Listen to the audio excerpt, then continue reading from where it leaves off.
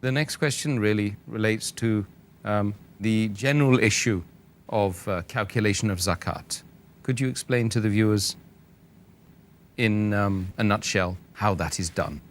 There are two methods how zakat can be calculated, because zakat is payable when you have it for 1 year. So you can keep a daily record of what is your wealth above the nisab level. You can keep a weekly record or a monthly record. So then whenever the nisab level is above, then you note down the date. On 1st of January, what was the nisab you had?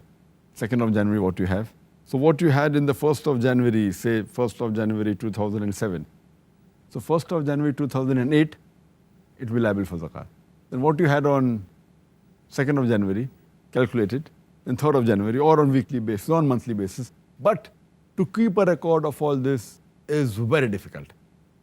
Then you'll be spending half the day in keeping the record, which will be difficult. So it's not practical at all. The easier method and a safe method, where mistake, inshallah, would be avoided, is picking one particular day in the full year and calculate it exactly 1 year after that.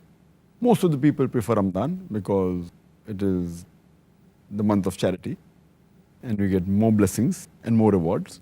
But Ramadan is not the only month that you have to pick up. You can pick up any day of the year. But it should be calculated according to the Hijri calendar, not according to the solar calendar. So 1st of January 2007, 1st of January 2008 is wrong. It should be 1st Shaban or 1st of Hajj. But since Ramadan is the most pious month, 1st of Ramadan, you can take any day of Ramadan. If you take 1st of Ramadan, calculate all the assets that you have. And next year, if it's 1st of Ramadan, 1420 Hijri, then 1st of Ramadan, 1421st Hijri, you should see what amount you have. Now, if you calculate only on one day and see exactly one Hijri year later, one lunar year later, it is the safest method. There can never be any possibility that you will give less zakat. There can be high chances you may give more zakat, but never less. Why? If you keep on calculating daily, then the level keeps on going up and down. But if you calculate one particular day of the year, whichever day you pick up, and if there happens to be the lowest collection, the lowest saving in the full year, yet you are paying the minimum amount of zakat. Say on the 1st of Ramadan, you have 100,000 rupees as saving, or $100,000 as saving. And that happens to be the lowest saving in the full year. Yet, since it's the lowest, you have to pay zakat on what you possess for one full year. So you have to pay 2,500 rupees or $2,500 on that amount. It's safe. But it may be that it is the highest saving of the full year. So here itself, you may be paying a little bit more zakat, but you won't be paying less. But some people may think, oh, it is the highest saving. That means, I may be paying unnecessary more amount. There are chances you may pay more, but there are no chance you will pay less. Because even if it is the highest, and if you think that you will try and catch the lowest point may keep on changing. It may be in the month of Shaban, it may be in the month of Rajab, maybe in the month of Hajj. And then if you try and catch that point, next year it will again change.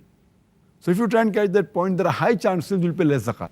So best is to pick up one point, one day in the full Hijri calendar, and keep on taking that every year.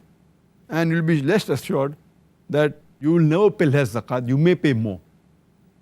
Because if the wealth keeps on fluctuating up and down, you have to pay on what amount you possess for the full year. Yeah. But the lowest point once, maybe Shaban, the other may be Ramadan, the third may be Hajj, maybe any month. The safest is to pick up any one and keep on sticking to that year.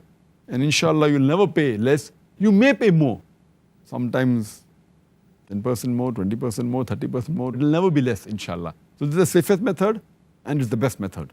And on this day, whichever day you pick up, you have to calculate all the savings you have, whether in cash, what is the bank balance, what is the gold you possess, whether in the form of jewelry, whatever stock you possess, whether in shares, whatever investment, all this you put together, or your business, the stock trade of your business, all put together.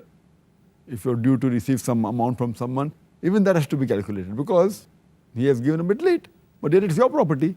Or if you have given some loan to someone, that has to be calculated. But if you have to give some money to someone, that has to be deducted from your amount. For example, you have taken a loan of $100,000 or 100,000 rupees, and the total amount is 500,000 rupees that you have in your home, cash in hand, cash in bank, stock, everything. So you have to minus from 500,000, 100,000. So you have to pay zakat on 400,000. But if you possess 500,000 and you have given loan of $200,000 to somebody else, and you have to receive $100,000 because the goods you have sold, so 500 plus 200,000 plus 100,000, you have to pay zakat on $800,000. So in all, you have to calculate on one particular day of the year, and then you have to pay zakat 2.5% on that.